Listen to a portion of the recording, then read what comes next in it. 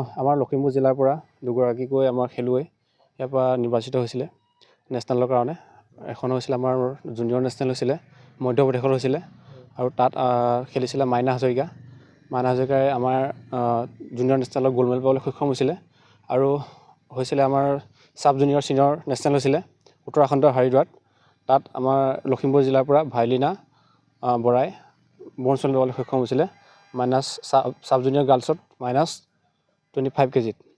আৰু আমাৰ ওজা ৰাজু আমাৰ অল আছাম থাংটাৰ ছেক্ৰেটাৰী হয় তেখেত, আৰু তেওঁৰ তত্বাৱধানত আমাৰ দলটো গৈছিলে, এটা বৃহৎ দল গৈছিলে। তাত প্ৰায় সংখ্যকে আমাৰ মেডেল পাবলৈ সক্ষম হৈছিলে। আৰু আমাৰ ছাৰসকলক ধন্যবাদ জনাইছোঁ এটা ভাল এটা প্লেটফৰ্ম দিয়াৰ কাৰণে আমাৰ ষ্টুডেণ্টখিনিকো। খেলটোৰ নামটো কি? থাংটা। এতিয়া কিমান ল'ৰা ছোৱালী শিকি আছে আপোনাৰ পৰা এতিয়া? ইয়াৰ 15-20 জনমান এতিয়া প্ৰগ্ৰেছ হৈ আছে আৰু অলপ মানে ষ্টুডেণ্ট আপোনাৰ এক্সামৰ কাৰণে ইয়াত অলপ আমি আঁতৰাই ৰাখিছোঁ মানে। কিমান দিনৰ পৰা শিকাই আছে আপুনি? এইটো 2-3 বছৰ হৈ গ'ল ইয়াত প্ৰেক্টিছ কৰি থকা। আৰু এনেকৈ খেলিবলৈ গৈছে, আগতো খেলিবলৈ গৈছে, নেশ্যনেল খেলিবলৈ গৈছে, পাইছে। আৰু আগন্তুক আমাৰ নেশ্যনেল স্কুল গেম আহি আছে।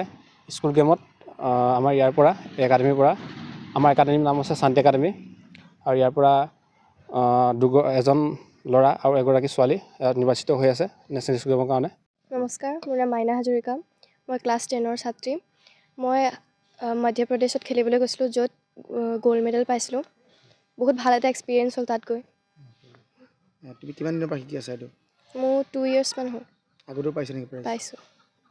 নমস্কাৰ, মোৰ নাম শ্ৰী ভায়ল্য বৰা। কোন ক্লাছত পঢ়িছা? এবাৰ 3। তুমি কি খেল খেলিছিলা?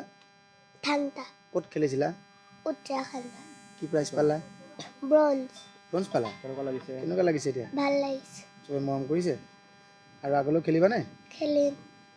তুমি কোন স্কুলত পঢ়া? শংকৰদেৱ শিশু বিদ্যা নিকেতন ভোগপুৰ।